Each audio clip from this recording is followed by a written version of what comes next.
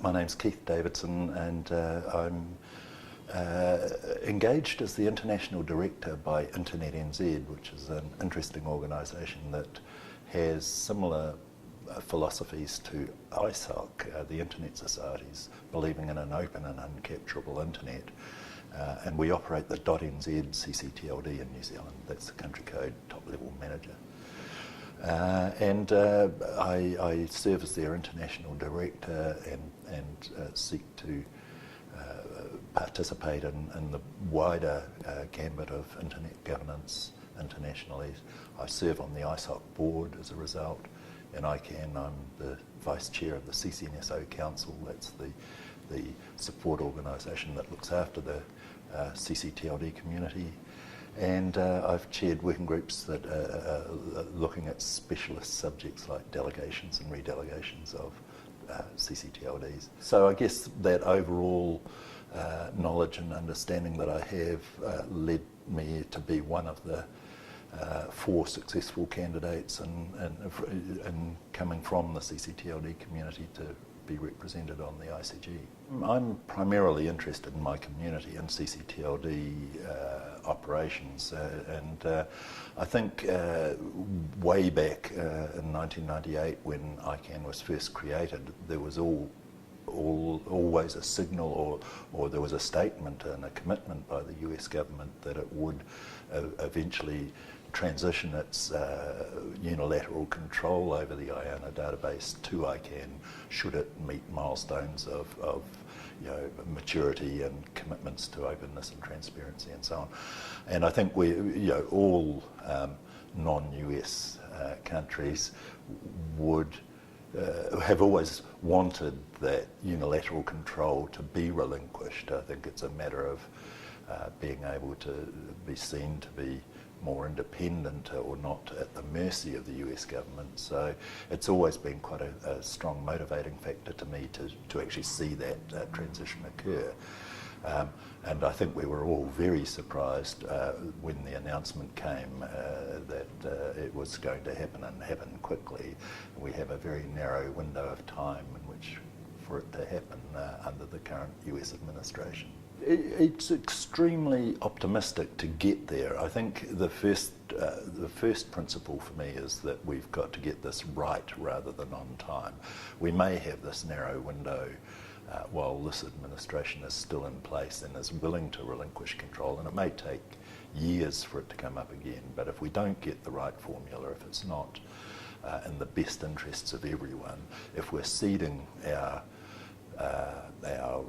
sovereignty to something else as part of this process, I think we have to say it's not a satisfactory process, and we keep on going. So that's principle 1. Principle 2 is it is a unique opportunity, so let's do everything in our power to make sure it does happen. And the 4 of us from the ccTLD community stand in front of the 256 ccTLDs that exist.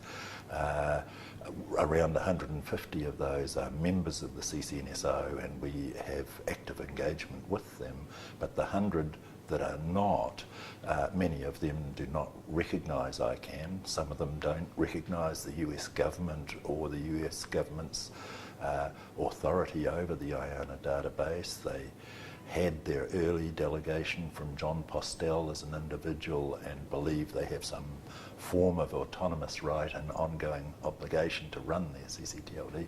Some of those ccTLD managers are uncontactable. The details that are in the IANA database are incorrect and so on. So for us to reach through to the edge of our community and actually find consensus is going to be extraordinarily hard in the short time frame we have.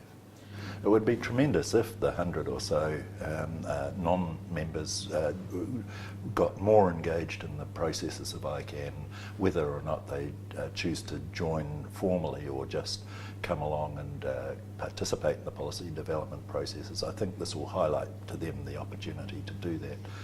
I think it's really also important to note, as an aside, that the announcement by the US government that it will only transition to something that is truly multi-stakeholder, recognising that governments quite often, particularly for CCTLDs, want to have some super authority, and so on.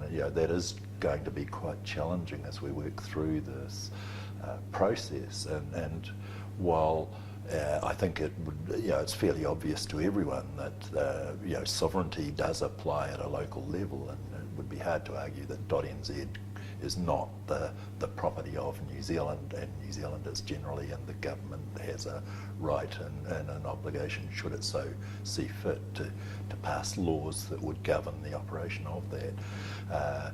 But currently we have, for example, a friendly relationship with our government and no formal contracts with no formal seats on our boards and so on. They seem to trust us to be doing the right thing.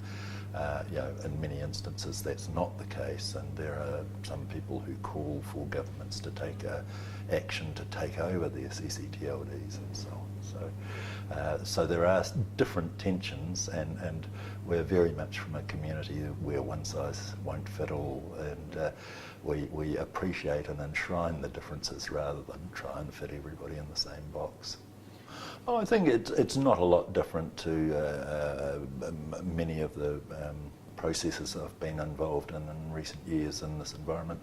I know most of the players around the table fairly well, and have served with many of them on many other committees and so on during the World Summit on the Information Society process 10 to 14 years ago, and in various other fora like the ITU plenipotentiary meetings and so on. So I know most of the players, and I admire and respect the capability and the sheer brain power around the table. I'm flattered to be a part of a group that truly believes in the power of the internet for the future, and I think it's while it's tortuous and slow, and some people get quite angry and agitated by what seems to be minor nitpick points to other people, but very important to them. I think that's the nature of this environment, and it pays to be very patient, and also to buy your own fights. Stand up for what you believe in strongly, and let the rest go. Just don't interfere in other people's strong beliefs if you don't have a strong opinion yourself.